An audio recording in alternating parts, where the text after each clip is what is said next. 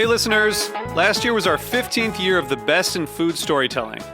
As we head into 2025, we're kicking off a contest in collaboration with the podcast series Feast and Harmony and Sixth Man, where you have the opportunity to win a 4-night cruise for 2 on Chefs Making Waves, a food, wine, and spirits festival at sea. When you donate to HRN, you'll be entered for the chance to win a porthole cabin for 2 on Chefs Making Waves, sailing May 5th through 9th, 2025, from Miami to Cozumel, Mexico on Norwegian Gem. You'll also support another year of great food storytelling with a portion of your donation going toward disaster relief for the food and beverage communities within Western North Carolina and Southern California. This cruise is a once-in-a-lifetime opportunity for culinary adventurers, featuring top celebrity chefs including Jonathan Waxman, Antonio Lafaso, Robert Irvine, and many, many more. There's a myriad of experiences such as restaurant takeovers, live food and mixology demos, themed parties, and more. To enter your chance to win, please visit heritageradionetwork.org/cruise. Terms and conditions apply. You must be 21 or over to enter. That's heritageradionetwork.org/cruise. You're listening to Heritage Radio Network.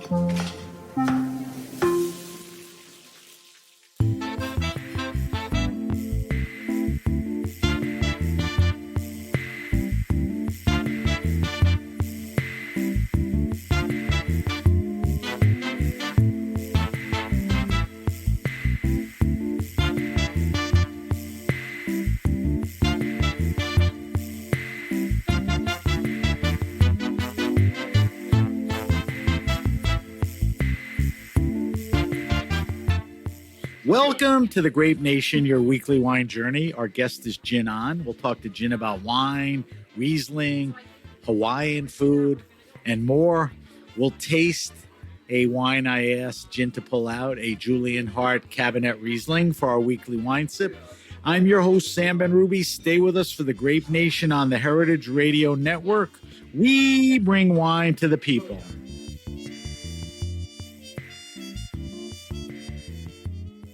3 per se alum walk into a bar. You know that joke, right? They have a drink and they decide to open a Hawaiian restaurant in the East Village. Jin Ahn is the co-owner, general manager, and beverage guru at Noreetuh. He spent decades in service, hospitality, and wine at places like Jean Georges and Per Se, where he worked with his other co-owners, Chef Shung Chow and Gerald San Jose.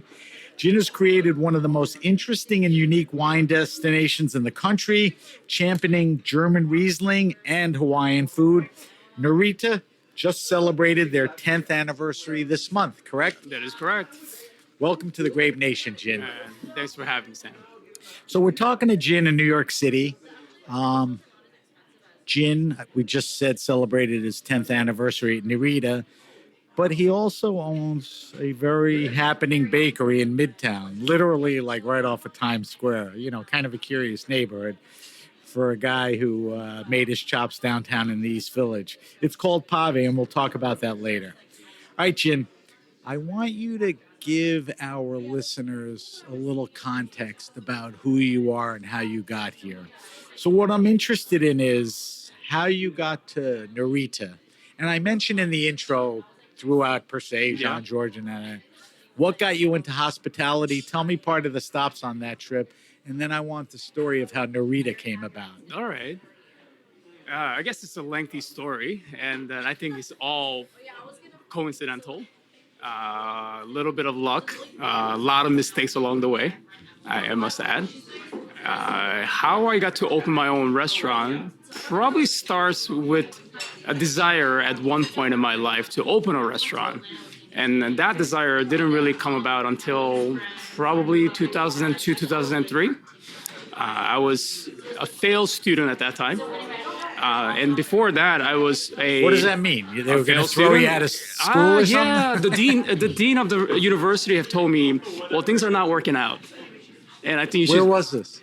This is in Evanston, Illinois. Okay, not Northwestern. It is Northwestern. Okay. So you got into a good school. You just screwed it up. I got into a pretty good school. You just screwed it up. You know, my life has been just endless stream of things that I didn't know what it was at the time. And then later on, you find out that what it was at that time, but that you keep living. And then you keep finding new things, and you keep learning new things, and you keep meeting new people who will impart new ideas for you. So at that time, I was working at a small place called, well, actually, it's not that small place, called Artisanal Restaurant In around New York City. Oh, in New York. Well, I mean, my I guess journey to restaurant business dates back to maybe 1999 when I was working as a part-time server in Evanston. But were those just jobs, or like you were intrigued with the industry? No, You know, and like, hey, let me try this. Let me look at. You didn't know. Back in '99, I was sophomore in You had no college. clue, right? No clue. No Okay. clue. There was a listserv email that went out. I don't even know if the listeners would know what listserv is, but it said, "Are you interested in Japanese food? Are you interested in learning Japanese language? If you're interested, we have a part-time job for you." So I ended up working as a part-time waiter at a restaurant called New Japan Restaurant in Evanston. And that's where I became a really mediocre server. But I got to eat some pretty good Japanese food.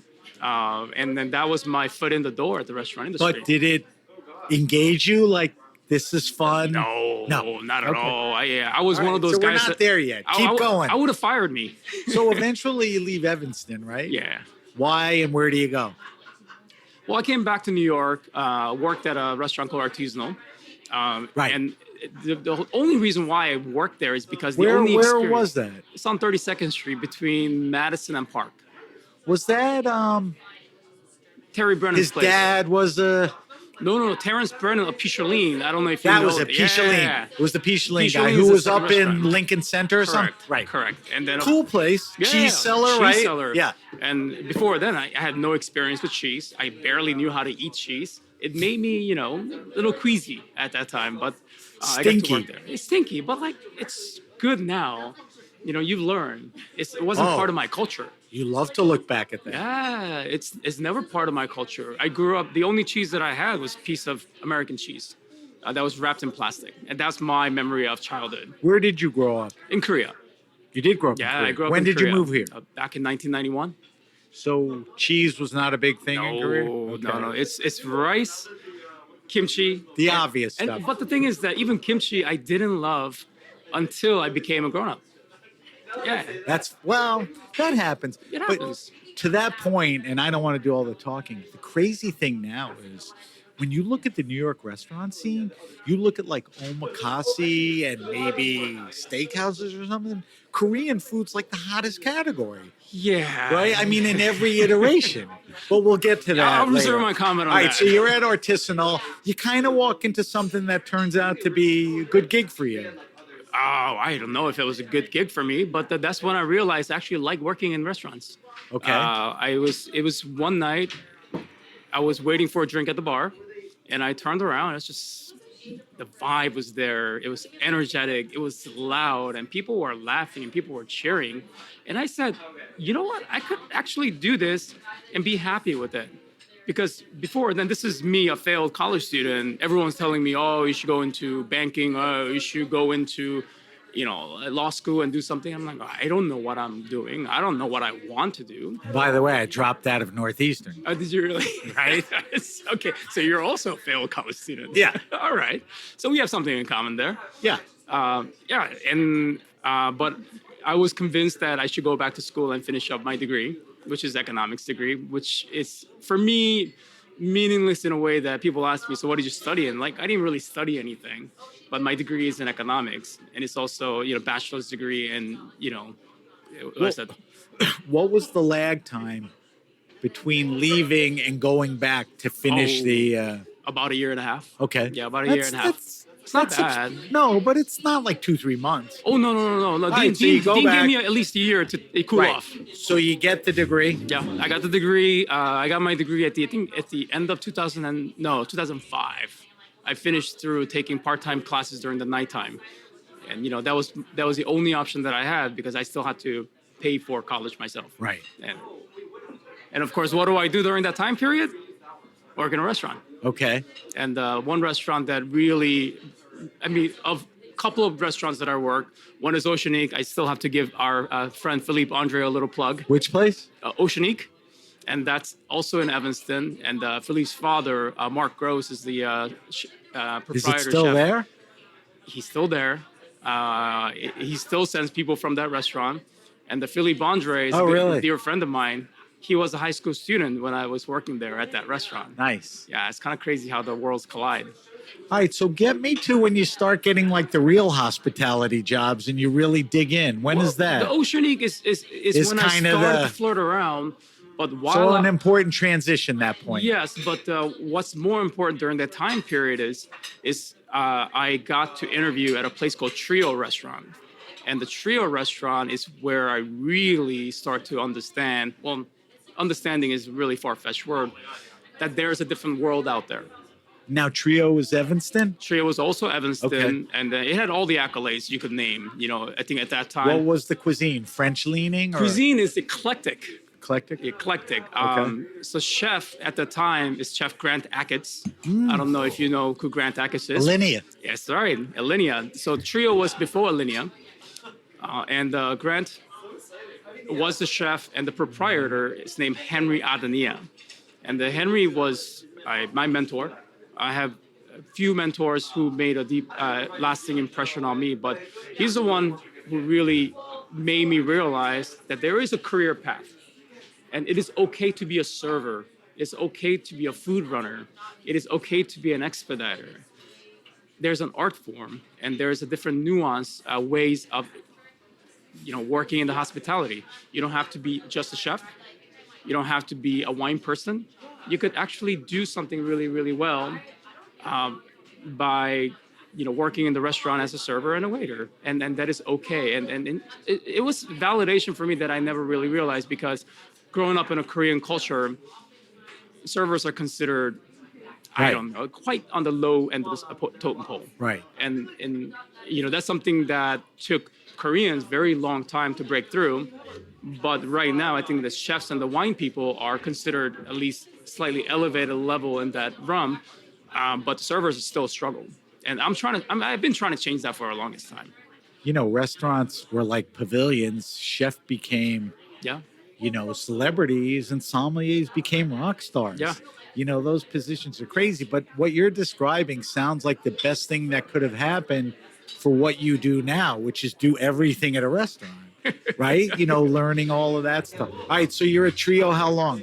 I was at Trio for a few years. Okay. So I started there tail end of 2003, and I was there until Chef Grant left.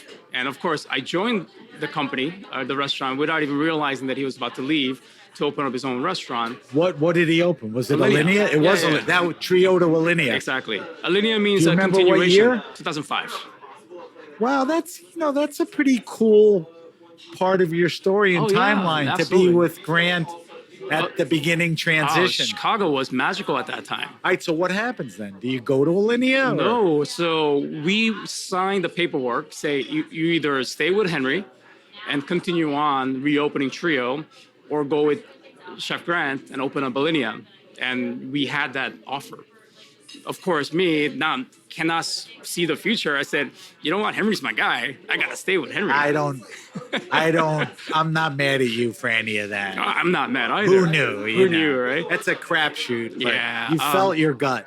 Yeah, no, so I stayed with Henry until we closed the new iteration of Trio, but I closed there as the closing manager. So, and How much longer after he left? Or did it stay When did we open? close? We closed at the tail end of 2005, beginning of 2006. Okay. Yeah, we reopened as with the name Trio Atelier. Henry wanted to bring things down to a base level, or something that is more inclusive, a little more approachable, something like a little atelier in France. So Henry's also a Francophile. He loves everything European, just like I guess all of us do. Yeah. And yeah, he wanted to, he didn't want to walk a tightrope. That's what he said. He didn't want to do ultra fine dining anymore. And we reinvented ourselves. We opened up a concept that is, believe it or not, very similar to what Noreetuh does now, but Really? in suburb of Chicago, back in 2005. So people expected something very, very, very different. Very different. Which suburb? Evanston. Oh, right. Yeah. Evanston we're is a still suburb. there. It's also Northwest. What did you like Chicago? I love Chicago. I mean, it's a very cool. I went to school there and in Madison, Wisconsin. Okay. And just that whole area is great. Yeah. All right, so keep going down the chronology change for me. So I was there. I closed up shop, and actually that's one place where I cried like a baby. When Really? Henry made an announcement that he's gonna close up the restaurant. Wow. Yeah, I still So you were remember that kind day. of bitten by it then. Yeah, it's one of those places that I truly loved and cared.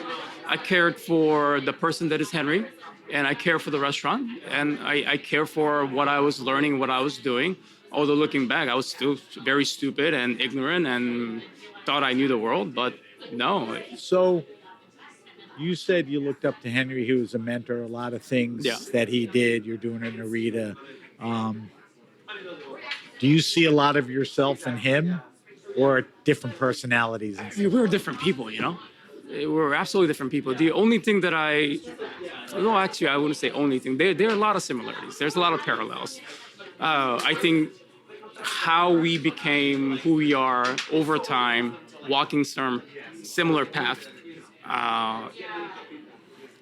We're very similar in a way. And funny enough, about maybe 6 months ago, Henry came to visit Noreetuh. He did? Of course. I Is mean, he still in the Chicago area? He's in Hawaii. Oh, he is in Hawaii? So he packed up shop. He moved to Hawaii because that's where his family's from. Is he Hawaiian in any way? He's Okinawan. He's Okinawan. But his entire Okay. family Okay. lived in Hawaii for longest That's time. nice that he went back. Yeah, and he became a mentor to many of the chefs that are doing things over there. Really, really nice. And he opened up a place called Hang's Hot Dogs because he was fascinated by Chicago-style dogs. And he's been picking. Are they brains. Chicago-style dogs? Yeah, they're Chicago-style With dogs. the pickle and the relish. Exactly, but and he all also that did it pepper. his own way. Right. Right. I don't know if he Probably into some a- local ingredients or whatever. Well, they had a gator dog. They also did foie gras dog. So he put a fine dining spin in a lot of things that he did, and he was featured in the Guy Fieri's. Oh, he was? Yeah, drivers Yeah, he driving gets and out to diving. Hawaii a lot. I gotta Yeah. look. Actually, I could Google that one up. All right, let's move along on this. So, what happens now? Do you leave Henry and Chicago to come to New York? What Come back to New York. Do you have anything in front of you, or you're come here? No, I come in here, thinking that okay, I'm gonna get a job as a manager somewhere. So what happens? Well, Takes time, my or- first interview was with the John George Group, and because during the hiatus of being a failed college student, I was working as a server at one of John George's restaurants back in 2003. Didn't the John George people knew that Trio and Grand Rapids at that point? Yeah, were- but it's an HR person, right? Yeah. The HR That's person it. did all the True, hiring. true. And this is still verbatim. I understand what you're looking for, but maybe you could prove yourself. We'll start you as a server. Here we go again. And then if you are good at what you do, well, you'll get promoted. Were you?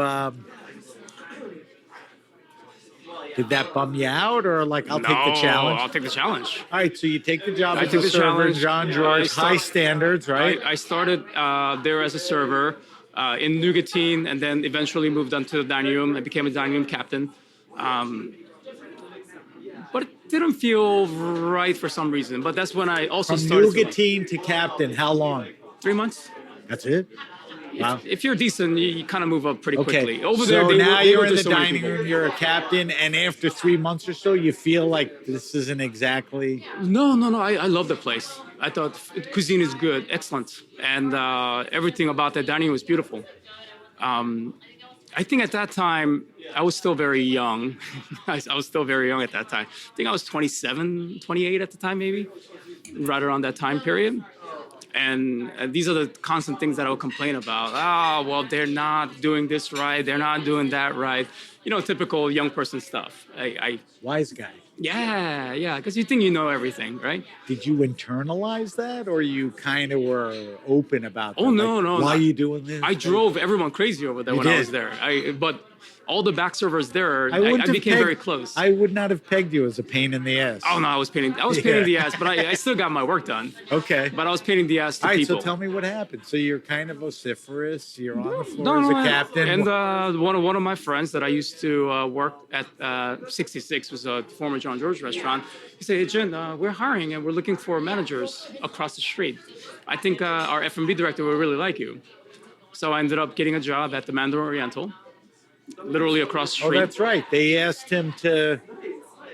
Didn't Grand Achatz have a thing there too? Hot second, Yeah. aviary. Aviary, that's it. He's not there All right, so anymore. you go over to the Mandarin in a John George thing on the beverage side now? No. I was managing a restaurant called Asiat.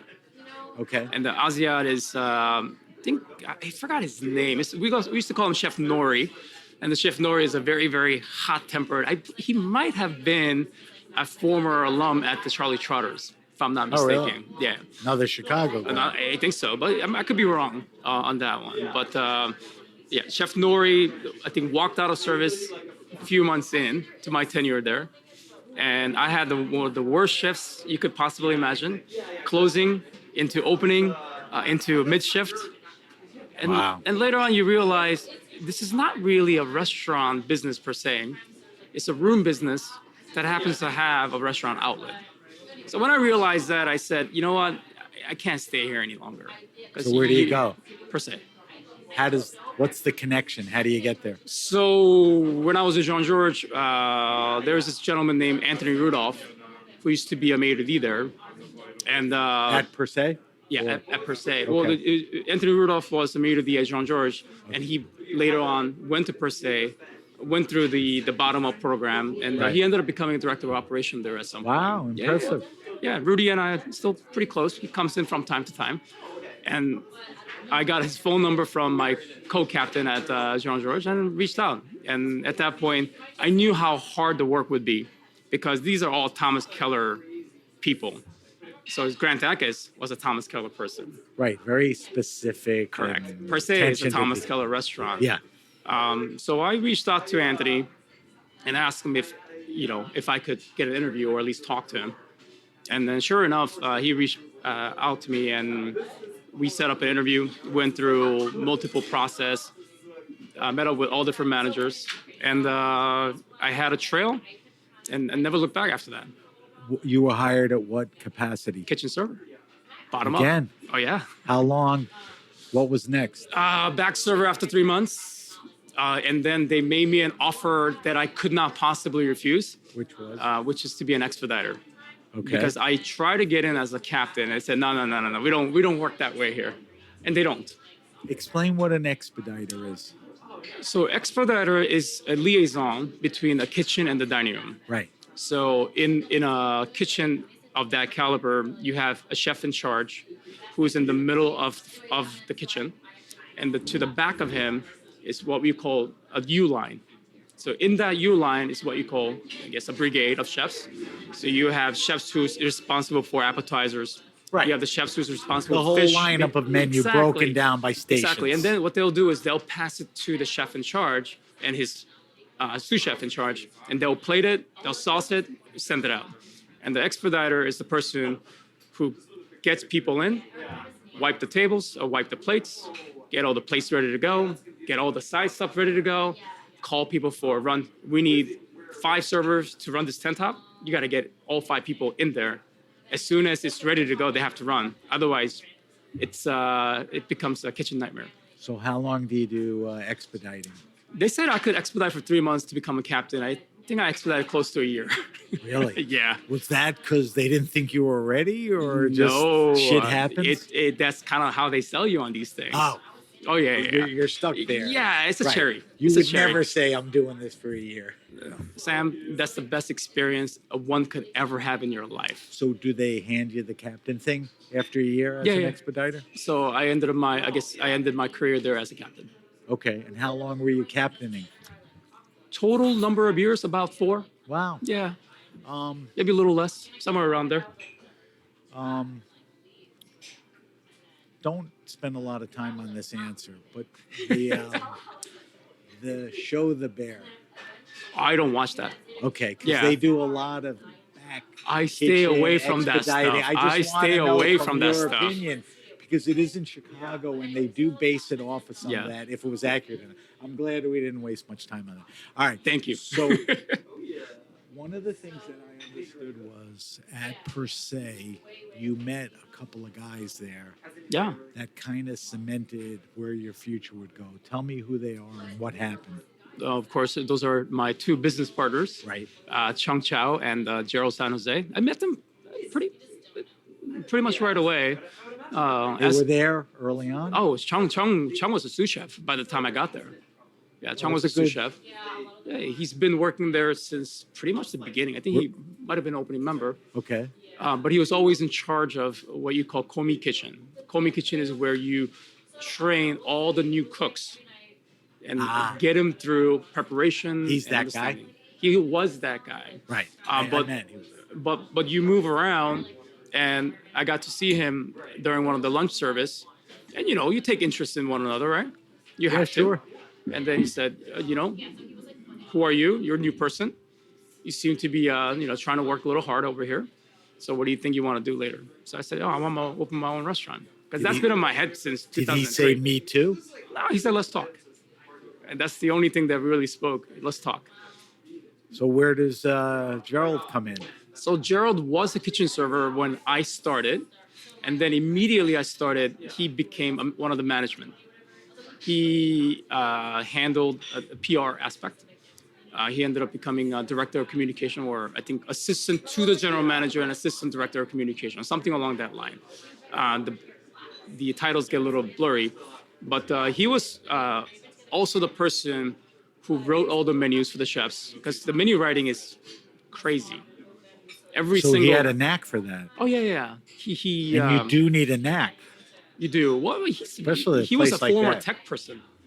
He's a former tech Interesting. person who ended up, Interesting. going to culinary school and finding his way. So he's got good chops. Yeah. Yeah. So the three of you sort of become buds, like you kind of find a commonality. Yeah. Soul friend, you could kind of talk to each other and all that. So how does Noreetuh come about? Does somebody leave first? I mean, Well, give me that path we to all Noreetuh. left. Probably around 2010. Our chef de cuisine, Jonathan Beno, left to open up Lincoln. Famous chef in Lincoln Center, beautiful space. Yep. And as part of his departure, Chung goes with him. But by that time, So we Benno already... liked him that much, he took him with him. Oh, yeah. He Yeah. calls him Master Chow. Master Chow, We all have some nicknames, one or the other. You spend so much time with each other, you have to at least respect each other for your work ethics and the type of work that you You didn't go to Lincoln, did you? Oh, I stayed up per se. You did. I stayed up per se. Okay. All right. So how long is he there? And again, how do we get to He Noreetuh? was there until we opened. It was, Okay. we all agreed that he we're going to open a juggled restaurant. that. Well, no, we all quit our jobs to open up a restaurant. That was the biggest All right, mistake. fair. Yeah, I guess. How long were you quit before the restaurant? Oh, I don't know, a year and a half. Oh, it year. was. Yeah, It wasn't and then I had to get a part-time job everywhere. I got it now. Okay, so the three of you, the cuisine, we'll talk about that when we talk about the restaurant. But the three of you decide you want to be partners and open a restaurant. Yeah, exactly. You feel confident that the three of you together could do All that. of us are pretty stupid. A year and a half, Yeah. you're wandering around stupidly. Yeah, and all stupid. That. You're looking for locations. Do you have a concept that's continually developing, or you kind of knew what? So that's exactly what a seasoned person would think about, right? All of us have thought, well, we want our own restaurant. And here's what we're doing. And what are we doing? I don't know. Maybe we'll play around with Korean. Koreans seem to be getting hot. Where do we want to go? I think Flatiron would make sense for what we're trying to do. What's our motif? I don't know. What's going to be our signature dish? I don't know. Do we want to do vegetarian? According to Chung, absolutely not. But all of Was that... vegetarian a consideration in No, those days? not for cuisine, but Okay, even but for to a have- dish. Right. So, it's all of So us. you're all over the place. We're all over the place. We So don't know when what we're does doing. this gel? I mean, when do you realize? It doesn't gel. We just keep it going. And we signed a lease down in East Village, where the current location is. We go into build out. Did you look at like dozens of locations or not? Yeah, but I think In and out, right? At that time period, we're all feeling a little bit more amped up. We want to secure something real fast. None of us have like jobs, or we have no income. We're living off of either credit card or our wife's income, and we're all trying to get something open. You guys had no backers? Well, you have backers, but without backers, we have no money for this stuff. Right. You know. Even with backers. Yeah, It's even trying. with backers, you're I just get that. pouring money down the drain. I get that. So we signed everything. We get it to a place, and then we find out that When you say sign, you sign the lease? they signed the lease. So now it's like we better get our stuff together. Yeah, but all that takes time. We're all thinking like, yeah, in 3 months So- we're gonna flip this around. So, okay, you said 3 months. So from lease to opening is what? A year and a half. Why? Well, just to get to a point where you are removing things out of that current location takes time. You're ripping, the walls. You're ripping fixture. You're poking the wall, and then sure enough, we find out that the building is sinking. Did you have to remediate anything? Oh or- yeah, we had to You bring were a the structure. landlord. We went 50-50, and that delayed us by 6 months. Why would you go 50-50? Because you liked the space and had no choice? Or Well, I mean, that's the one thing. temptation is, hey, you're building sinking, screw you, I'm out of here. But then you had to start all over. Yeah, you have to start all over. Yeah. I think that if we had $10 million in our pocket, that could be an option for us. But you already, sent in the money. Taking anyone to court would require additional time. And also, we had a good relationship with our landlord at that time. So all in all, we You're said, lucky. okay. You got in with a good guy. Yeah, and our contractor was great. And the contractor did a lot of All right, so we're solid talking work. landlord, we're talking contractor, which means build out. Yeah. What about, are we at any restaurant concept yet? No, not really. Well, so it's no secret that, there's a uniqueness to the fact that you're a Hawaiian Yeah. restaurant. But when did you decide?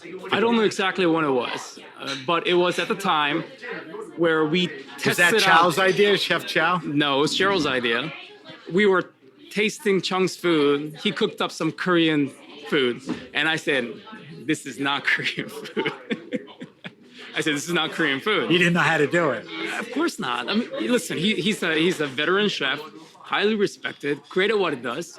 He doesn't know what Korean food is, at least at that time period. So that was kind of a good thing because it led you to a different path, right? And then Gerald goes like, "What do you think of Hawaiian?" Chung's Hawaiian, and Chung goes like, "I don't know Hawaiian Chung is food." Chinese Hawaiian, Correct. right? Chinese, He moved to Hawaii when he was when one. he was okay. Yeah, when he was one. So he's Hawaiian. He's Hawaiian. with Chinese background. Exactly. Exactly. And Hawaii is just like New York City. So Gerald says, "What about Hawaiian?" Chung says, "Okay." Chung said, "I don't know how to cook it, but sure." And then I said, "I think that's a great idea. Let's do it." Why'd you think it was a great idea? Because I think you should cook something that you at least have some connection to. Okay. No, All I think right, it's so a it's great the idea. connection thing. I Yeah. like that. Okay. I mean, all of us are not business savvy, obviously. At some point, I hope we find some of the savvy here. But I mean, 10-year celebration. In and due have- time. In due time. All right. So you decide on Hawaiian. So you have the idea, the concept. Is it hard to develop the menu? Was it obvious Musabi was a Hawaiian? Is it Musubi or Musubi. Musubi was a Hawaiian kind Yes, of. but you could interpret it so many different ways. Right, which you do. There are But we'll- hand rolls in Japanese. There's kimbap in Korean. There's musubi Hawaiian. All right, so I want to end there, move to other stuff, and then get back to the workings of the restaurant. The doors open at Noreetuh after everything we discussed getting there. When? 10 years ago in March. 10 years ago in March, we did, of course, soft opening for about a couple of weeks. And March 12, 2015 was the first day we took reservation. Okay, we're Yeah. going to come back to that. Yeah. I want to pick your brain on a bunch of things because how you got there is interesting. The fact that you've been running the restaurant for 10 years, you're very much involved in a lot of different things. So the first thing I wanted to ask you was, as a restaurateur, give me your take, if you've thought about it, on what you think the effects of Trump-imposed wine tariffs would do. Do you not worry about it? When I don't it think about- happens, you'll deal with it? I don't think about it. Can you suspect that anything? Either way- cost you more or less of it? Doesn't matter. It doesn't matter? Because that happened once back in, 17? Yeah. Yeah, about Yeah. a year or two after And you got elected. at that point, I was up in arms. I said, "No, this is gonna hurt." I get all these emails, and I answer surveys, and I get on the phone and talk to representatives and senators, whatever it is. And then guess what? It made no difference. Now I say no difference because all the way through the chain, someone absorbs some cost here, someone absorbs some cost there, and we absorb some cost there. Well, I want to talk to you about that because, you're totally familiar with the chain now. So you've traveled where you've befriended growers. Yeah. You're very close with your importers. Oh, yeah, love those To guys. many Yeah. of them, you're a very good account. I'm happy that that's the way you're reacting, but do you think it's going to be more of a hardship to some of those guys? Oh, yeah, The it's growers? gonna be Are they going to terrible. take more of the brunt of it than you think? Well, I think all of them will, but I think all of us will share that burden when it happens. And that this industry, especially for certain growers, certain importers, certain restaurants, we're all gelled together. And if the price seems a little bit higher, doesn't mean that we're gonna abandon them because the price is a little bit higher.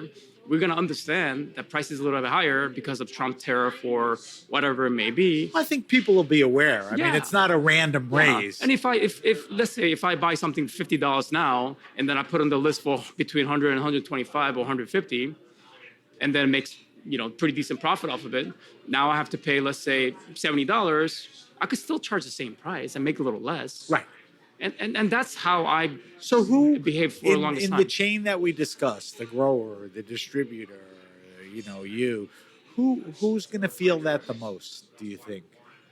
Probably the importers, I think. Yeah, Yeah, I think so. I think importers will get hit the most because they have to juggle both sides. Right. They have to juggle you and the winemaker. Exactly. Well, I'm glad to hear that it's not like a doomsday scenario. Oh no, I don't think too much about it. All right. I mean, we're going to find out from you that the restaurant has a great representation of German wines, and you're very passionate about it. I'm curious how and when, this connection and passion, to German wine started. Because nothing we talked about up Yeah. until now talked much about wine, let alone German wines. So tell me going forward. I mean, but everything's interconnected. Of course. Yeah, the wine just Of doesn't course, but appear now out we of start nowhere. connecting the dots. Yeah. I mean, I think I briefly touched upon it maybe 20 minutes ago, but everything has been a journey for me thus far.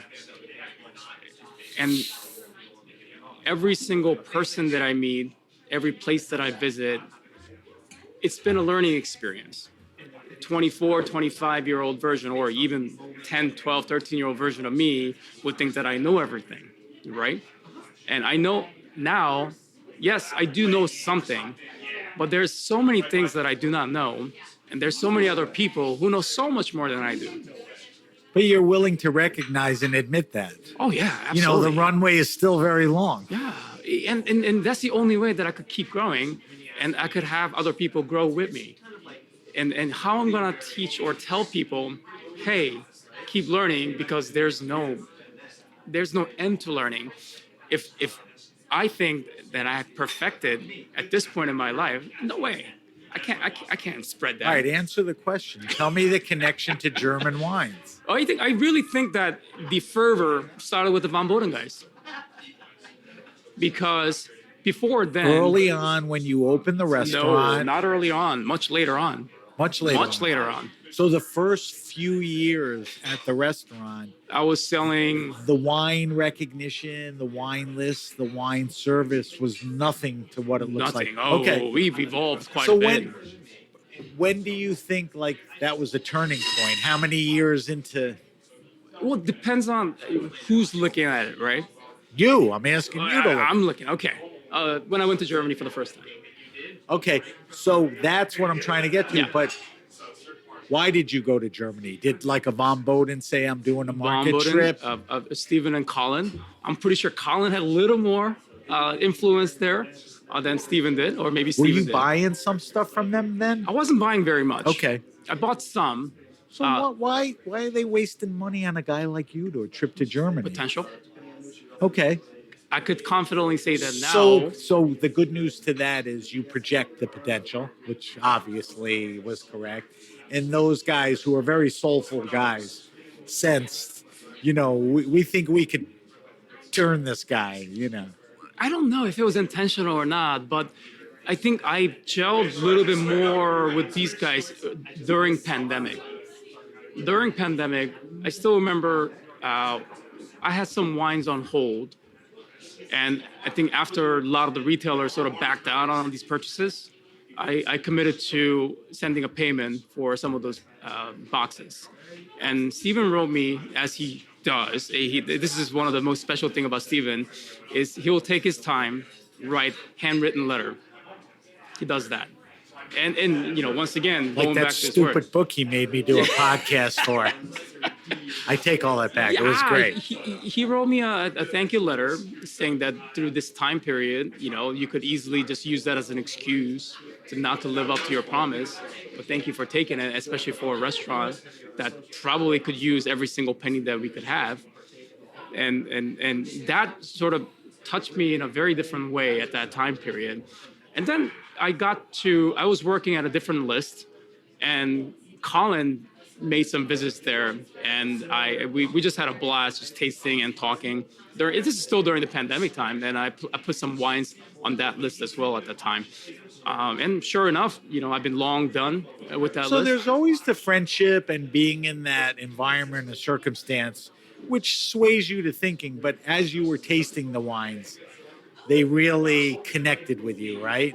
Yeah, it's. I mean, as much or more than anything. We connect as a human to human, but it's really when I was invited to Germany, and for me, time is my most valuable asset. I always decline a lot of things. I said, well, I can't go because I have this commitment. I cannot do this because I have that commitment. You got to stop doing that. You got to do more. Agreed. I'm sure you are since. But. I mean, I think I've said more. I've said yes to more things now than ever before. Only live once, Jin. And I told Colin, I said, yes, I will go. Or Colin and Stephen, I said, yes, I think that would be amazing. I'll commit to it. So you come back from that trip, not like the world changed, but the world changed. It did. Changed. It was that impactful. That Absolutely. Trip? Oh wow. Absolutely. Okay. The world What year changed. was that trip? 2021, 22? 2022. Okay. 2022. And things were still weird on and off with the Yeah. pandemic. Growers were figuring out what to do. So I want to talk to you about Riesling. Take that trip and how things advance. But before we get into that, one of the things that I've noticed is when you talk about Germany and you talk about Riesling, and other regions make Riesling, Germany is off the freaking charts right now as far as the makers, the growers, making Chardonnays and Pinot Noirs. Am I right about that? Yeah, but what's wrong with that? No, I'm saying it's a tremendous thing. Yeah. I mean, does the list reflect that? I mean, I have I think 2 pages of German reds. It might be 3. No, it's a quasi numbers. I have and German that's because Chardonnays. people want them, and because I remember I had Stephen on the show. The podcast has been around 9 years. He was probably on the 3rd year. He brought in a Wasenhaus. Yeah, I'm like, what is nice. this? German Pinot Noir? It's great. I mean, it was like unbelievable. And then, I just started drinking it everywhere. And Chardonnay. So you are kind of representing them on the list. Oh, absolutely. And they're great makers. All right, let's talk about Riesling. All right. And any other wines you want to throw in or bring in, you could do that. So in my mind, and you may agree or disagree, Riesling may be the most underappreciated wine in wine. Okay? Now, maybe you're jaded because you're in it so Totally thick. disagree. It's a favorite of sommeliers and guys like you and all that, but I'm talking about the bigger world. Not your friends, my friends. Okay, your friends are well versed. They come in and drink with you, and you go and drink. My friends are like, "Oh, Riesling, that's too sweet." All right. So, what is it about Riesling that has your heart? That trip, you obviously drank it. I mean, tell me some specific things. I mean, what's there not to like about Riesling? It's one thing that I'll throw at you. Sweet. I think everyone drinks Coca-Cola and lemonade and Sprite, and don't tell me that's not that sweet. residual sugar or sweetness to it? Well, yes and no, because I think different occasion call for different drinks. But there's something about the acidity in wine that is pretty much inherent in these wines coming So out of when we Germany. talk about traits, which is part of the answer, the acidity I said it's huge. is great, which is great for food, right? Absolutely, it's Okay. great for food and Keep going. something that it's got to have drinkability. If you want to, the wine is created so that people could drink it. I think we always forget that. It's made so that we could drink them. It's not to be used only for social status, although it's quite heavily used for social status at this point and bring people together because of the social status as well. But the wine is supposed to be consumed and bring some joy. It's a social lubricant. Sure, you could have much higher alcohol, little bit more smooth type of experience with different kind of wine, and I like some of those too. And it depends on the situation. I drink those as well. I'm never going to poop on someone else's yum. It doesn't really Right. work that way. Right. And because I think there's time and place for everything. But if I'm sitting by myself after work, after shift, going home, I generally gravitate toward Riesling because of this drinkability and the refreshing acidity. Is that every single day and every single night? No. But the majority of the time, I do gravitate towards Is it a wine that gives you the diversity of, I guess, regions? The Moselle, Saar, all these places. They give you different regions, soils, climates. I mean, does that excite you? All that. Does it excite me? I don't know if that. So I take a I different. mean, because when people talk about Napa Cab, I mean, they're not really getting no, into, Napa Cab is great. No, I know. Yeah, but you could also go to Napa Cab and go get the mountain But when you cabs. And they're drink great. Barolos, there's all these different, sites and all of that you hear about. Rieslings, it's the same thing. So there is a diversity, you agree? Oh, huge. I mean, it's also spectrum is so wide. Yeah. What producer-wise, there's kind of an old school and a new school of producers and type of wines, right? Yes. All right. I just wanted to make sure because I'm seeing a lot of, newer guys. and all No, that. but Tell me, even the newer guys are not really a new guys. They're descendants from the old guys, if you think about it, and then they're working the same. so we have a vineyards. bottle of Julian Hart in front Yes. of us, which we're going to talk about, not now, but a little later on. Yeah. Julian Hart's kind of a newerish producer, right? I mean, his family dates back, I don't know, hundreds of years. So it's a generational thing where he's the young face, but, which is very typical. Yeah, but he wasn't even supposed to be a winemaker. He was. Well, those are the great stories, They came back from something else or whatever. All right, Jin, I forgot to tell you, we have to take a quick break. Okay. We're talking to Jin Ahn. Jin is the proprietor of Noreetuh, and we are at Pave, his bakery. When we come back, we are going to talk about Noreetuh. We're going to taste the Julian Hart for our weekly wine sip. And, of course, I won't let Jin leave without subjecting him to our wine list. So you're listening to The Grape Nation on the Heritage Radio Network. This episode is brought to you by Plugra European-style butter, crafted for those who demand precision and exceptional results in the kitchen. With 82% butter fat and a slow churn process, Plugra gives you flakier crusts, fluffier cakes, and rich, melt-in-your-mouth pastries. Because great baking starts with great butter. Unlike standard American butters, which have only 80% butter fat, Plugra ensures the ideal moisture and fat balance so your recipes turn out just right every time. That's why professional chefs trust Plugra and home bakers love it. Plugra's slow churn process creates a smooth, creamy butter that gives dough a soft, pliable texture, making rolling, folding, and laminating effortless. Whether you're perfecting a buttery pie crust or layering a delicate croissant, Plugra helps you bake with confidence. Experience the difference for yourself. Find Plugra in stores near you or visit plugra.com. That's Plugra.com. Okay, we're back. We're back with my guest, Jin Ahn. Jin is the proprietor of Noreetuh in the East Village in New York. We discussed how he got there, how and who and all of that. So I want to talk to you about Noreetuh, which encompasses a lot of things. The wines, the winemaker, the food, your partners, all of that and everything. I want to congratulate you on your 10th anniversary. Thank you. That's always a big deal in the restaurant business. And more importantly, it's a restaurant that I think has notoriety and an extraordinarily loyal following, which is a nice thing. Yeah. And I think those were the people that, kind of helped you celebrate and everything. Take a couple minutes and tell me, in the 10 years since you've had the restaurant, any interesting things that have happened. Tell me about any evolutions, what you know today that you didn't then, because it sounded like you were walking in circles getting to the restaurant in the first few years. I'm now still that walking- and you I'm still also walking in said that you're circles. still, always learning and Yeah. all of that. But anything stand out, 10 years later? Yeah, for Tell sure. me a couple things. Pandemic. Something you were subjected to It's something we were subjected That to. you had Something all of us were subjected that to. nobody had plans for. Yeah, but I think pandemic brought out the best in us, and the pandemic brought out the best in the community. And people start gelling because one, we committed to reopening. We committed to people coming back to work.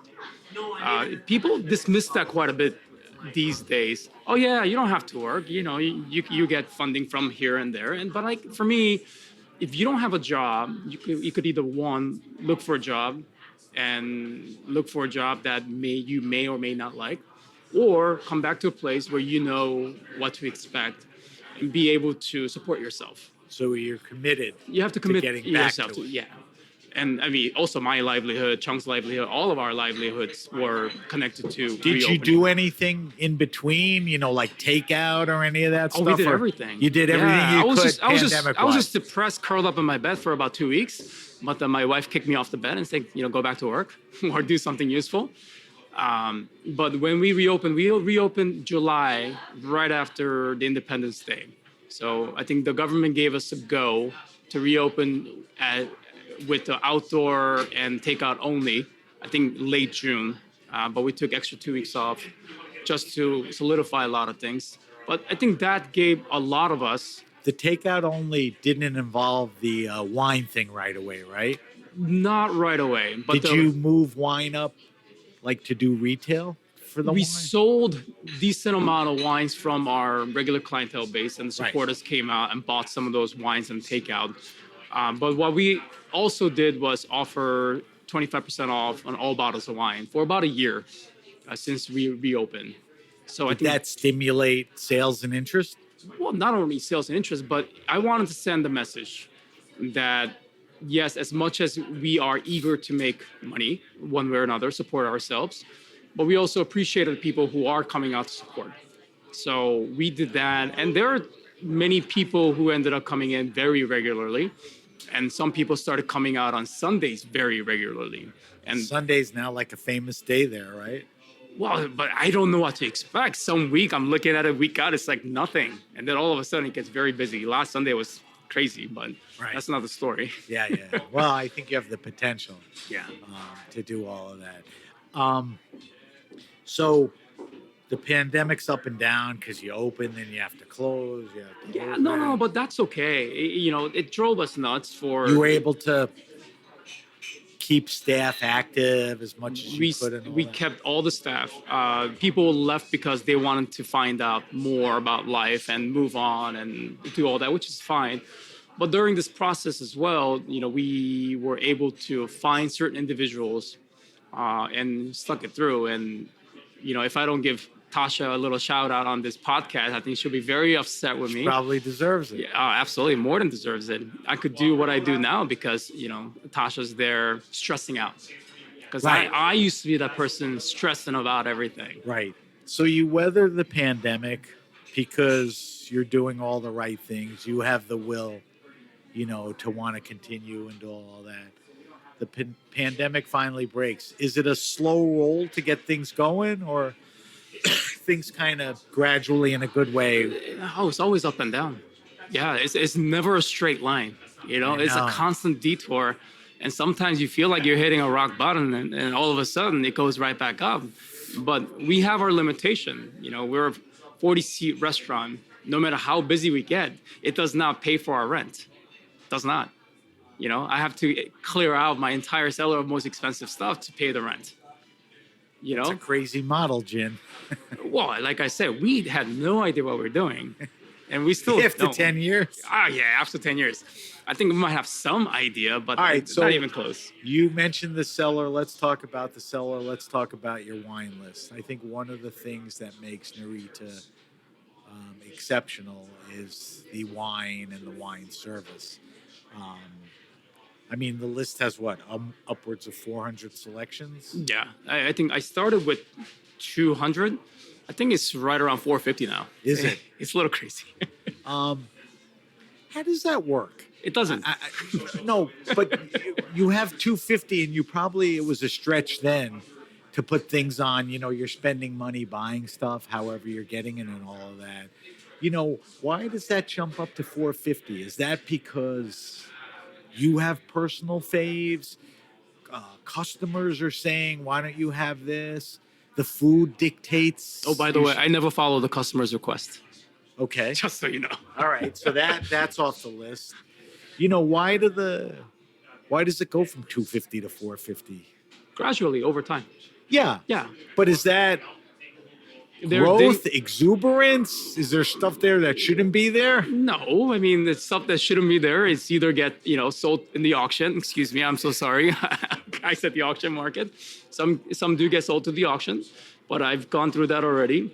Majority of the things, I buy from distribution. A lot of things I also buy from the auction as well.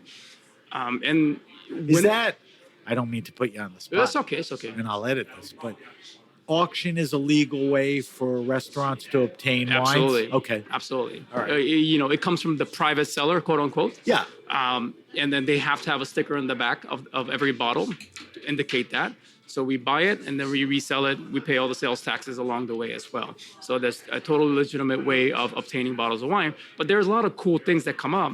And a lot of my guests like these cool things as much as I like these cool things. So you must play the auction market because you'll never see some of these wines. Or I have a very, very, very deep Rolodex of people who's been collecting for the past 50 years. But it's still from the same guy. That guy's putting it up for auction. Absolutely. Or he's calling you and saying, Absolutely. Hey, I got 2 cases of Keller. I'm not drinking.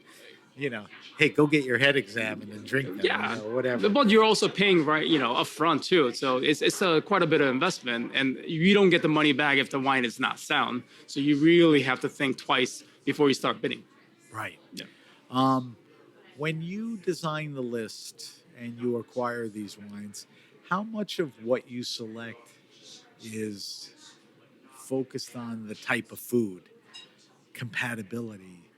Is that kind of tertiary? Like a good wine is a good wine, it'll go with it? Or here's our style of food. We have kind of this Hawaiian musubi and all these other dishes. These wines, does that play into it? It's a twofold. Because one, if the wine completely plays on its own, then why should you be drinking it? But that does not mean that they don't have a place. I kind of understand that. I don't know if I agree or disagree, but if a wine drinks well on its own, what's wrong with it? No. Nothing wrong with it. So what I'm trying to say is, majority of the wines that I have on the list go very well with the food. But there's so many different food on the menu. What do you focus on? Right. So that's the one question. And two, there will also be a category where people do want to consume. And up to a certain degree, I do find those wines and put them on the list if I think that, one, I'm happy with it. And two, if I just came in just to get a bottle of wine or a glass of wine, and I'm okay drinking this with or without food. And three, there's also very hard to find rare or just tremendous wine that may not play well with, let's say, a raw fish course. But I'll still have it because they don't have to, have it with a, raw fish course. They can have it on its own. Right. So there is some compatibility to that. Yeah. I mean, 90% it goes well with the food. One of the things I noticed, and I love it, and I think, it's funny because you said when you opened, the place wasn't that wine-centric, the Riesling thing wasn't happening. Now on the list, you have pages dedicated to specific winemakers, that carry some depth. I Mhm. wouldn't necessarily say they're verticals, but like Julian Hart, which we're drinking now. There's a Julian Hart page with a lot of Julian Hart vintages and different wines. Um, how do you choose who? Do you rotate them? When did you come up with the idea? Idea. I'm pretty sure none of the ideas are original, right? Right. Some person at someone's wine list, they have a producer profile. Someone did it before. Someone does it No, more I'm not creatively. saying right. Yeah. And How nor do I, are you. How do I choose them? It depends. And I have a page on Louis Jadot, by the way. I know I saw it that. seems very out Yeah. of fashion, but I love the consistency of Louis Jadot. They're also available. They're available and they're priced fairly because So you're answering the question. Those are criteria that work for you, that'll work for the customer, right? Yeah, and then I want to represent maybe like not necessarily the coolest kids, but also square kids because I'm one of the square person in life, and I'm okay with that. Right. So I want to represent them. And there's a time in my life when I came across certain wines or certain producers that I felt very much connected to. Right. And I want to represent that. And sometimes I just have a lot of wine of one particular producer. And I said, how do I fit all of this into this category? Right. What so if you take Louis Jadot, you take Julian Hart, I mean, are these the type of things that will stay on the list for a long period of time, or For you very, feel very long. that you want to move stuff in and For a out? very long period of time, there's two producers that I had to take off. One, because of availability, Okay. and two, because I didn't love them as much anymore. So it's not so much a residency, like here's our wine No, for no, now. not at all. These are guys The like, wine list is very personal. okay, that's what Very I'm looking personal. for. So a lot of Oh, this, yeah. a lot of this is very personal. I didn't count, but there are about how many producer pages? Like a half a dozen or so. No Right? idea. You're also well known for aged wines, which goes back to our discussion a few minutes ago about auctions, Yeah. because that's where you're going to find Yeah. aged wines. Are they available? I mean, is the auction, line still able to feed everything? Does it yeah. get harder? Do like the Von Bodens and other guys It gets- have vintage? They do stuff? sometimes. They They do. do sometimes. You just have to look. But this one goes back even before opening of the restaurant. And I worked in restaurants where they didn't have aged wines on the list. And I was very disappointed not to see that. So I made a promise to myself when I open my own restaurant, I like to have aged bottles of wine. So I played the auction market quite early. And I started to work with a lot of distributors that carry a lot of the aged wines. So early on, Rosenthal had a lot of aged wines. They did. Yeah, they did. I picked a lot of those. And many distribution had aged wines. And even Von Boden at some point had a lot of aged wines that they'll bring. And these are library releases that you know them now. So it's funny you say that. Do you think Steven and Colin planned that, or just like you order stuff and you realize you have, We talk to producers all the time. like with Steven, say, Yeah. I want to build up, back vintages with these? I don't think it's you build it up. You ask the producers nicely. It's like he would talk to Becker and he said, well, you taste me on these really beautiful aged wines. So do you think you could ship some to US? And then the producer will start to push back a little bit. Herman Ludus is the same thing. Right. Yeah, and at one point you get flooded with these beautiful aged wines, and then you ask them for more. They're like, "No, we're not sending anymore." It's like, why not? It's like we don't have enough for ourselves. And then when you understand that, you realize how special these wines are. So when we talk about, we've been talking mostly about German wines. We've been talking about Rieslings. Rieslings age well, right? They do, As well as anything else. Actually, probably better than everything, outside of, let's say, Chartreuse, Madeira. right. Yeah, but those are high alcohol wines. Yeah, and well, spirits, they yeah. have the body and Exactly. literally fortitude to do all of that. what happens? I always find that when I drink aged Riesling, it's so base, but I pick up that like petrol thing. What's wrong with that? Nothing. I love it. It's very interesting. But what happens to Rieslings when they age? Oh, I have no idea. What What happens to Burgundies when they age? I don't know. Same answer. Napa You know, Cabs and all that? so this is what I've learned, and this is also what I teach: is once the wine is made and it's bottled, and you allow them to sort of sit there and rest up a little bit, and then something magical happens in the bottle over time.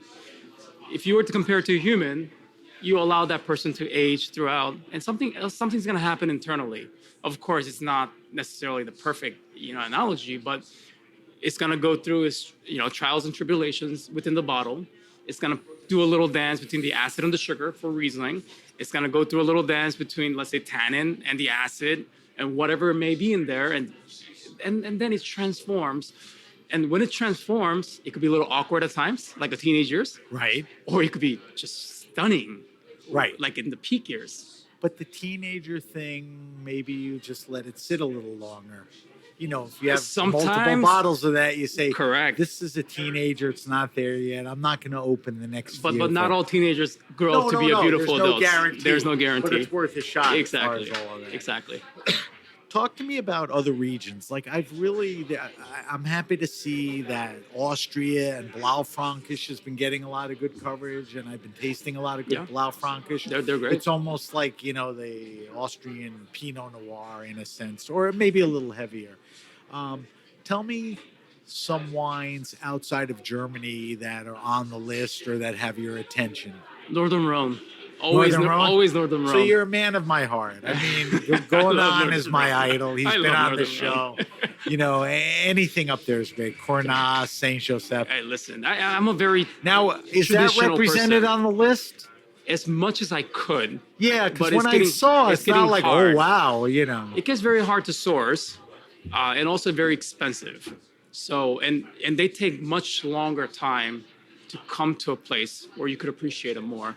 So I really pick a lot of Northern Rhone from the gray market rather than the Going distribution. on for what you get is not crazy expensive. No, it's not New too crazy guys like expensive. Cluzel, Roche, or whatever, But in working in New York, there's a lot of politics involved.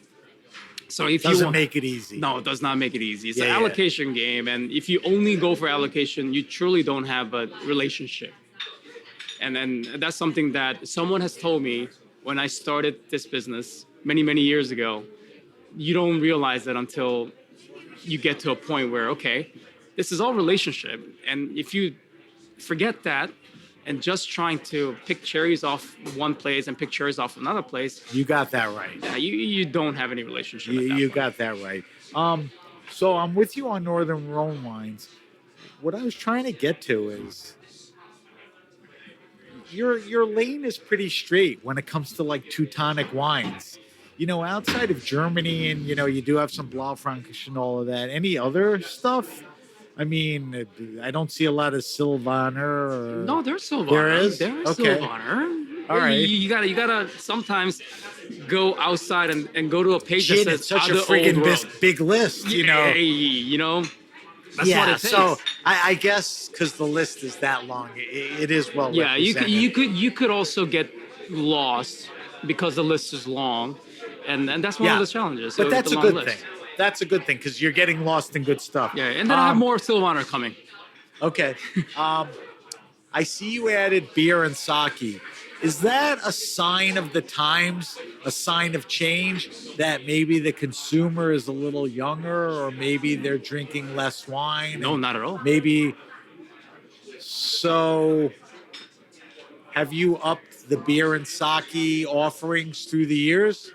The offerings of the beer have increased. Offering of Why? the sake has increased. Why? One, beer program is now headed by Noah, which is my other right hand. I call him Okay. the left hand, so that he could get excited by it, so he could engage, he could do something.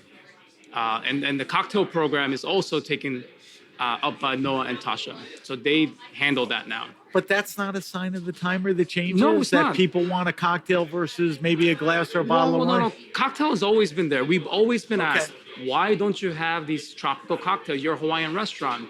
And at some point we said, yes, we have cocktails here. And Well, I these saw are on the list some cool names with, Yeah. some cool spirits. And they're really good. Yeah, I mean, they look terrific. But it's a tight it's list an of... offering that we have, and I say if we're gonna offer it, let's give it an upgrade. So Do that's where it's you at. curate beer and sake the way you do wine? No, You're a little more general about it? I am very basic when Okay. it comes to beer and sake. Okay. And I contemplated pushing forward just a little bit more on the beer and sake, but you have a bandwidth. Yeah. You have a bandwidth. And Yeah. when you go really deep on the wines, the moment that you try to touch up on the beer and sake and try to play around with that, one, I already have difficult enough time trying to train the people to understand more about the wine. The moment that you really go deep into the beer and sake, it's Yeah, I know you it's do a big that. challenge. It's a big I challenge. know you do that. Yeah. But a lot of them are categorically Are correct. there any beers made in Hawaii? Like you go to the Dominican Republic and there's a Kona. Kona beer? Yeah. I forgot about that. Yeah, it's a big one. I've had and it, there's I also forgot. a Maui Is it beer any as well. good? I've Kona? had Kona on the list since 2015. Okay. Well, you sort of have to, but all right. Before I ask you to talk to me a little about Pave, because Yeah. we're sitting here, I want to ask you this question. So a lot of your customers are regulars. They are. And then a lot of people come in by recommendation or however they find restaurants and all of that. What happens when somebody walks in? Okay? Good guy, knowledgeable, loves Super Tuscans or Napa Cabs or Buttery Shards. What do you do with him? What do you mean? We have them. Yeah, but it's not the real representation of the list. Oh, it's okay. Okay. So you let people... Yeah, why be? Do you ever do the move like, hey, you like this Super Tuscan? We have this very cool, Listen, one, you learn over time. Give the people what they want. Well, yeah, you'd be out of business, but... No, give the people what they want. And if you truly don't have anything, give them the best substitute that you could possibly find, or settle for a cocktail and beer. So no snootiness. That's what you want? No. Okay. We don't stand... No. We try not to educate people against their will. But Right. if they want to learn, we're more than happy to talk. Yeah, and you have the leeway to Yeah. show them a lot of different Exactly. things, which is nice. That's the right answer because, a whole separate discussion about how people are intimidated by wine, ordering it, sommeliers. That's not the environment. I'm so against that. Yeah, I knew that and I sensed that. Listen, I think when I first met you, we were with Domaine Marquet, or I was invited by Yeah. them with what's his name from Leo Pichon? Villacat. Yeah, was it Pichon? Yeah. Yeah. I mean, there's like a classic, Bordeaux in a restaurant that's that- famous for everything we just one of talked my about. biggest sellers, whenever I have aged Bordeaux, it moves so fast. Makes sense. I love aged Bordeaux. Me too. When people see it, they'll do it. All right. So finally, before we jump into the wine list, we're sitting at a bakery called Pave. It's interesting that a guy like you, who spent 10 years and many years before that in hospitality, opens this cool kind of artisanal bakery in Midtown by Times Square. How'd this come about? Chef Juan. Chef Juan is my business partner. He's been my friend for many years. He and I used to work at a restaurant called Jungshik down in Tribeca. He was the executive pastry chef there, and I was general manager there a long time ago. Oh, you were? Yeah, So yeah. there's a real strong connection. Oh, yeah. So there's absolutely. been talk about let's do a place. No, not at all. Okay. Not at all. At some point, Chef Juan have asked me if I wanted to partner up. He already signed the lease, or he's in the middle of signing the lease, and his current partner is not going to work out with him. I said, well, timing might be correct because at that time I was done with another restaurant, and I said, but I have never done a coffee shop before. I've never done a bakery before. He said, doesn't matter. This is an elevated coffee shop and bakery. Believe me, it is all Well, of that. Now it is. But I think the offerings and all of that. Yeah, Yeah. but this Doesn't he also own a takes place time. in Jersey? He Close does. there? Was it La It's called La Tablette? Tabatière. Yeah, which is a That is terrific also place. a type of bread That looks like a little like chapeau. So how long has Pave been here? Almost 3 years now. We opened that long? August of 2022. I didn't know on the side you were doing this 3 years ago. I just kind of, when I met you, maybe it was a year ago, and then I'm like thinking of people for the show. And I said, Jin is just the perfect guy for this type of show because it's all about the story and everything. The Pave thing kind of, happened and all that. So things are going well here? It took us a very long time, and I wouldn't say things are going well now, but it's a progress. It'll and happen. And also process, right? Right. But when you have the right food, offering, space, and all of that. All right, Jim. I got to get you out of here soon. We got to do two things. Okay. I got to have you answer my wine list, and we got to talk about this Julian Hart wine. So the wine list is 5 questions. I've asked the same 5 questions. Yeah, I looked it up. I couldn't really come up with them. You are the 297th person doing this. Wow. Same 5 questions. Okay? And a shameless plug, our 300th show, we're inviting our dear friend Raj Par for our 300th show. Nice. Because he's a friend. All right. So, Jin, first question is, what are you drinking now? Now, I know you have to taste stuff for the restaurant and you go out with friends, but what's in the fridge? What's off the map for you as far as tasting? Riesling of all kinds. So still Riesling? Riesling of all kinds. Okay. Yeah, young, old, dry. Give me some. Dry. Any specifics right now? Right now, I have in the fridge Weiser Kunstler. Okay. Trabacher Trocken 2022. Are these accessible wines? Oh, or yeah, are absolutely. Okay. They're cheap. And when for are you what it drinking is. them? Like for dinner or tasting them to unwind? Well, when I go home and I have, I watch these random political stuff on YouTube. Calms you down? Yeah, I don't know if it calms me down, but it's my wine, I guess, way to unwind. And I usually drink a glass or two sometimes when I get home. It's kind of perfect because it's delicious. Yeah. The alcohol's not crazy. And I generally eat at home when I get home. This is 2:00 in the morning, just mind you. So you're hitting a glass of wine and maybe snacking on something at 2 in the morning? Like dinner. What, you're too busy to eat at the restaurant? Oh, no, I eat, do. but I'm constantly eating. But this is, me too. Yeah. And I'll attest that Jin's not fat. Give me one other thing. It has to be another Riesling. It has, okay. So it's Riesling. I'm fine with that. I don't need to probe any further. Yeah, it's All right. Riesling. You just stated that you don't go out a lot. You work hard and then you get home.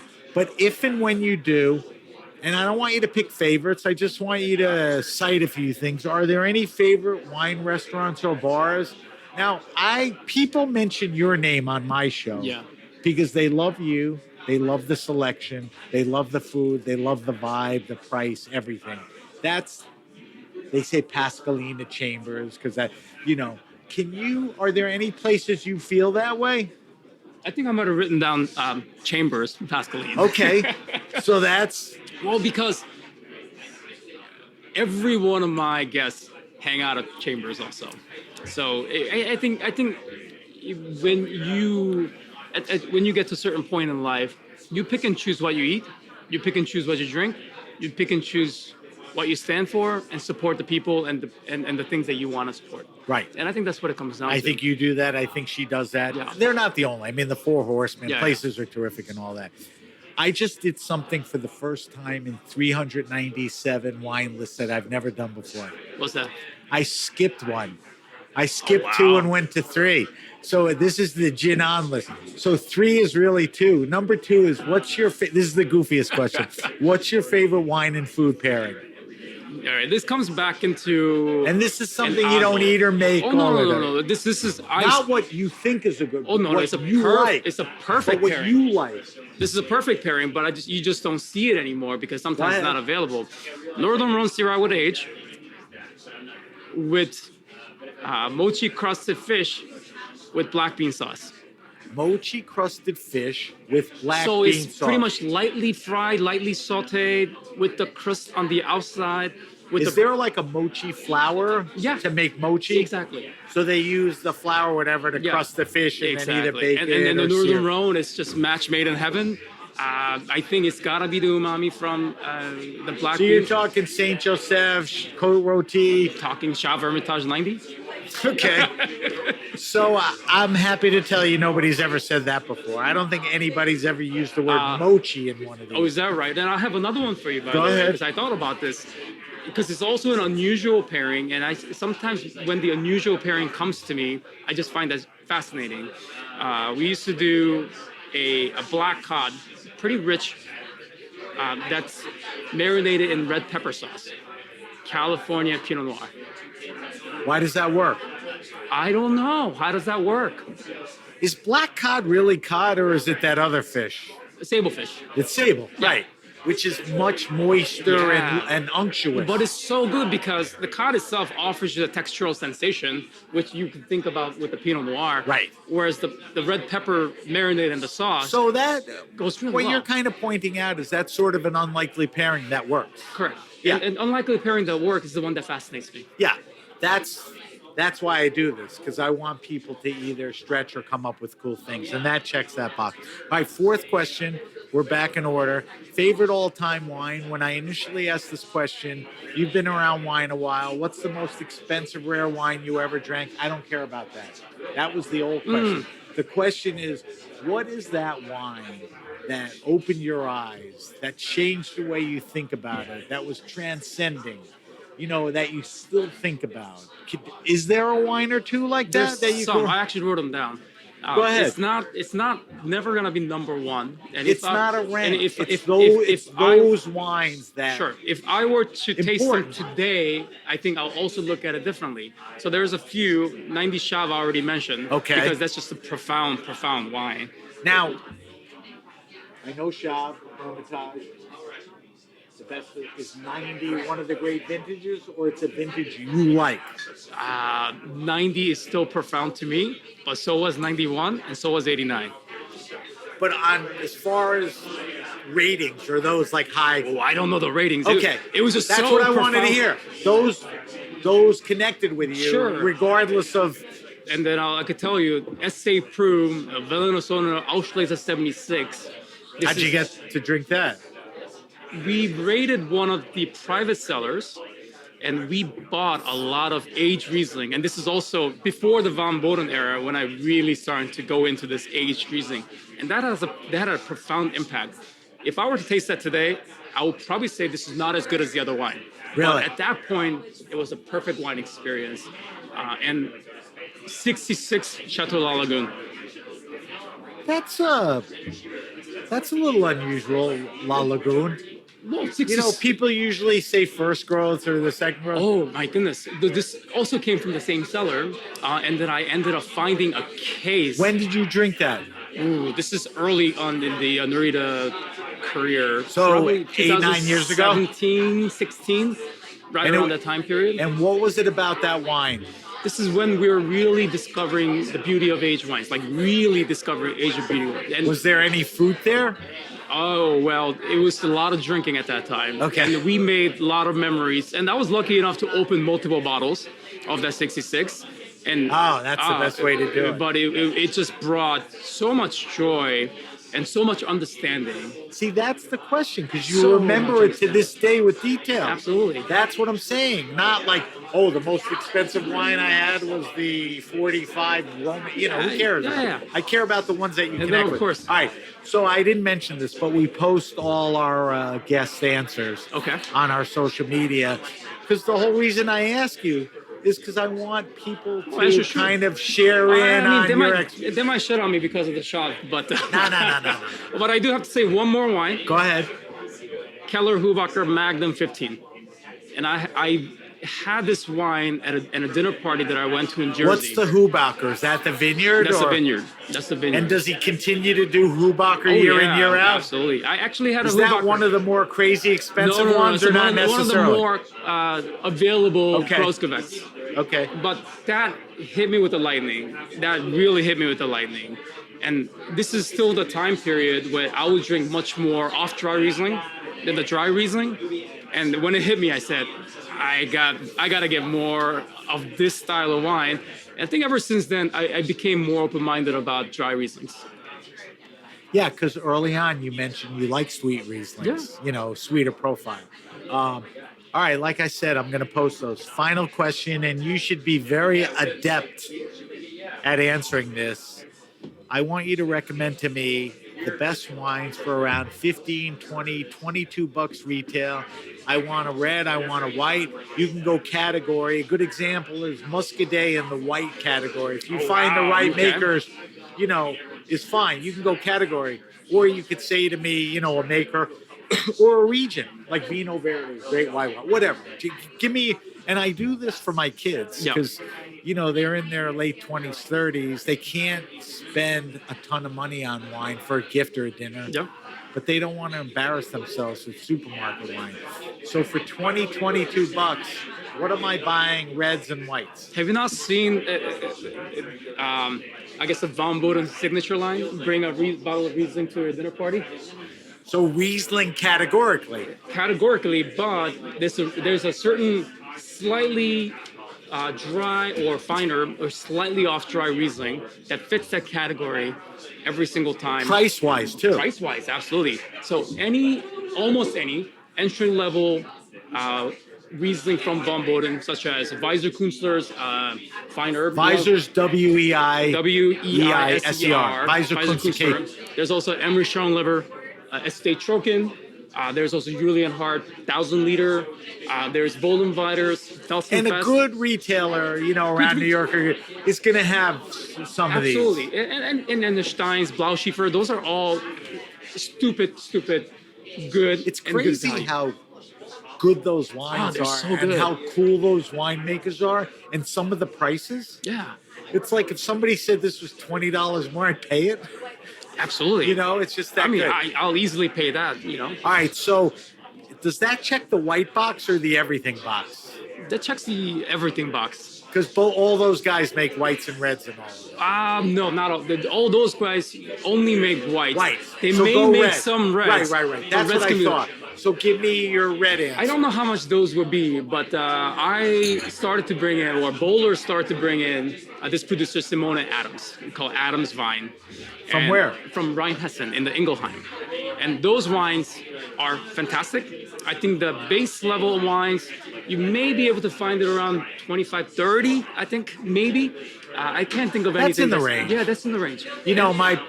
My price has to creep up a little. Sure. Between tariffs and, Oh, yeah. and COVID and the economy. So what Klaus Peter from Keller will always tell us is Germany's in a unique position right now, somewhat owing to the climate change.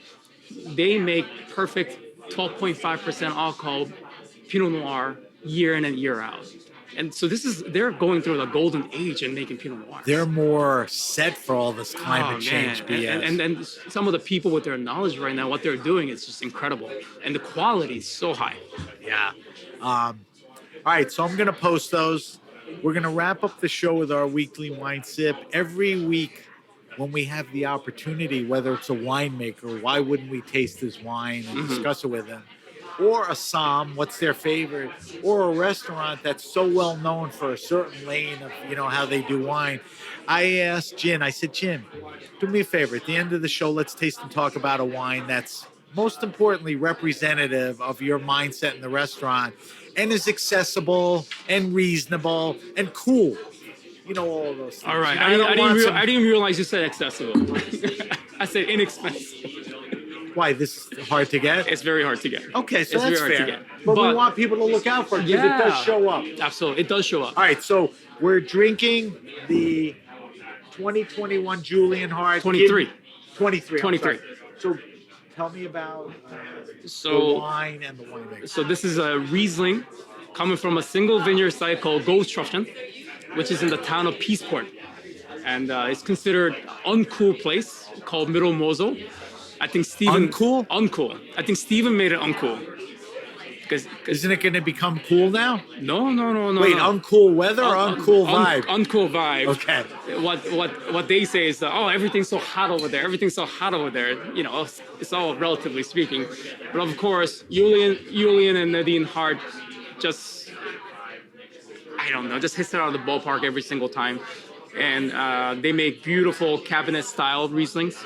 So cabinet style Cabinet on the style is- rankings of Rieslings is what? Slightly off dry, so slightly sweet. What's the dry? What's the dry? Well, you could call it Trocken. Trocken. Trocken Okay. would be translated to dry, but German wine laws gets very confusing very fast. So we'll just keep it very simple this way. And this is the cabinet from the single vineyard. Mostly, probably Is the all single old vines. vineyard the gold trope fishing or whatever? It's That is called? correct. Okay. That is correct. All right, so that's the vineyard. All right, so let's do an evaluation. You look at it and it's got that lightish golden color. Not deep dark, not it's pale. Pretty much straw or pale. Yeah, it's pretty pale. All right, let's go nose. I suck at nose description, so you tell me. I suck at it as well. Tell me what you get. Well, this is a little peachy, slightly tropical, Are those things typical of Hart? typical on young wines. Younger wines. A lot of what we Right. call white flowers. And it's White a flowers, peach. peach, tropical pineapple nose, but not overly so.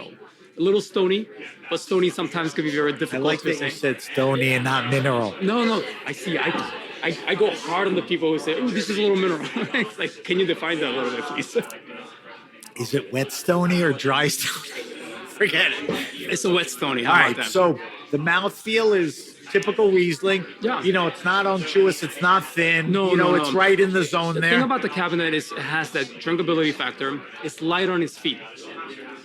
This is not your heavy-hitting person. This is something that you could drink and say, "Oh, it's very nice." Don't think twice about it and keep drinking. And over time, it becomes stupid profound. But this Yeah. is young. This is like a little baby that you think is very, very cute and adorable, and just want This to hug all the time. particular wine you think will age well. Oh yeah, I mean I've tasted their wines. Older ones. Older wines, but when I say older for this particular address is 7, 8, 10 years. correct. Right. Correct. I've tasted some 14s Let's and go 15s. They're great. palate. So, does the palate replicate any of the nose descriptors? Perfectly so. All the flowers, All and the flower, stone, all and the stone peach. fruit, peach. Stone fruit. But when you taste it, the acid is there, but it's really in great balance with the amount of sugar that is. So when you taste this, it doesn't come off as sweet to you. Yes, No. it has sweetness. Right, which is what you want from Riesling, Yeah. and you pick to the extent that you want. Exactly. What foods would you pair this with? Well, if you're dining at Noreetuh, all the musubis, tuna poke. So masubi is a wrap, a seaweed wrap Sure, this is what with rice this is what we train our team and on. different. It's a popular Hawaiian snack with the nori on the bottom, rice that's somewhat pressed with the protein and a sauce. It's a Hawaiian hand roll. Yeah, Hawaiian hand roll, but musubu means to wrap in Japanese language. So one of the things that you have, and I just discovered this, is spam is very big in Hawaii, very well used. You have a spam masubi, but it's no secret, it's not spam. It sure is spam. Is it? Absolutely. Oh, I thought you made a cow no. tongue something. Well, no, we don't mess around with the classic. Oh, I thought yeah. that you replicated what you thought. No, so we serve regular spam the way it is, but of course, the rice is important, the sauce is important, the quality of the seaweed is very important. All those things. Without that, you can make this at home with no problem. Right. But people try to replicate it and come back, Jen, it doesn't taste the same. It's like, of course, it doesn't taste the same. We use the Yeah, best it's like getting quality breakfast stuff. at a diner Yeah. versus making it at home. No, but if you're using just as good of an ingredient and apply the same technique, sure, you could make it the same. But if you don't do that, then I'm sorry, you're not going to get that. All right, so this Julian Hart 23 would go well with Masubi. Oh, yeah, absolutely. All Goes right. perfectly well with musubis. So we like this wine. This is a good wine. I love Julian I love Hart. the wine. I love the vineyard. I love that land. I love the people. They're Thank you for picking this out. When I asked you, you didn't even flinch. And it's a pleasure mostly to drink it with you, not just to drink it. You know, the fact that you picked it and you and I could share it together, I appreciate that. All right, we got to wrap up. I got to get you back to work. We're sitting in Pave. The place has been full since we've been here for an hour and a half. All right, so quick wrap up, then I want to get info from you. So if you have a question, suggestion, wine happening, or event, hit me up at samatthegrapenation.com. That's samatthegrapenation.com. Listen to the Grape Nation podcast on Apple Podcasts, Stitcher, Spotify, Google Podcasts, wherever you get your pods. Please subscribe to the Grape Nation and leave a review if you like the podcast. Follow us on Instagram at SBenRuby, on X at BenRuby. You can always use the hashtag The Grape Nation to find us on both. We are on Facebook at The Grape Nation. As I mentioned, we'll post Jin's wine list, all those great answers and recommendations, and the weekly wine sip. I'll give you the specific details on this Julian Hart. I'll spell out the Limferstumper Gesundheit or whatever that's called for you so you know what it is on our social media sites.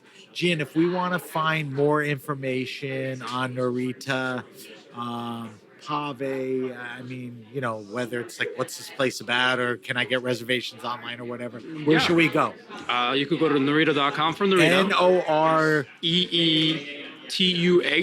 Noreetuh.com. And for Pave, you could go to pave46.com. Right. Pave, just like pave, number 46.com, because we're on 46th Street between 5th and 6th Avenue. And interestingly, if you're ever like in the Times Square area, which is, you know, very built up and commercial, you know, down 46th Street is this terrific oasis for coffee and pastries and lunch and all that stuff. And we bring in the fresh Bordier butter every 2 weeks. You do? Yeah, and we sell it retail. I can imagine what comes in like big blocks and chunks. No, and stuff. 125 gram blocks. Jesus or we call them bricks. And people all over the world look for that. So the pastries are made with the Bordier butter? No. Pastry, you have to use different butter. We use the Bordier butter for all our sandwiches that require butter. All right, now if people want to follow you, Jin Ahn, on social media, where can they go? Easy enough, Mighty Jin. Where'd that come from? I don't know. I think at some point... Now that you're an old guy with kids, it's like, why do I have this goofy handle? I fell down at some point, and then I needed a pick-me-up, and I said, you know what? Let me feel a little stronger. So I just changed my username. There you go. Yeah. So that's Mighty Jin, Jin, just so you know. And Jin posts pretty regularly. I've been trying to stay away from it a little bit. I know, but it's not like you're off the medium. No, I'm there. All right, Jin, we got to say goodbye. I want to thank our guest, Jin Ahn, for taking time to sit with us and talk about his whole journey to Noreetuh and Pave and his love of German wines. Thank you for that. I want to thank our engineer, Armin, and everyone at the Heritage Radio Network. I'm Sam BenRuby, and you've been listening to The Grape Nation. The Grape Nation is powered by Simplecast. Thanks for listening to Heritage Radio Network. Food radio supported by you. Keep in touch at heritageradionetwork.org/subscribe.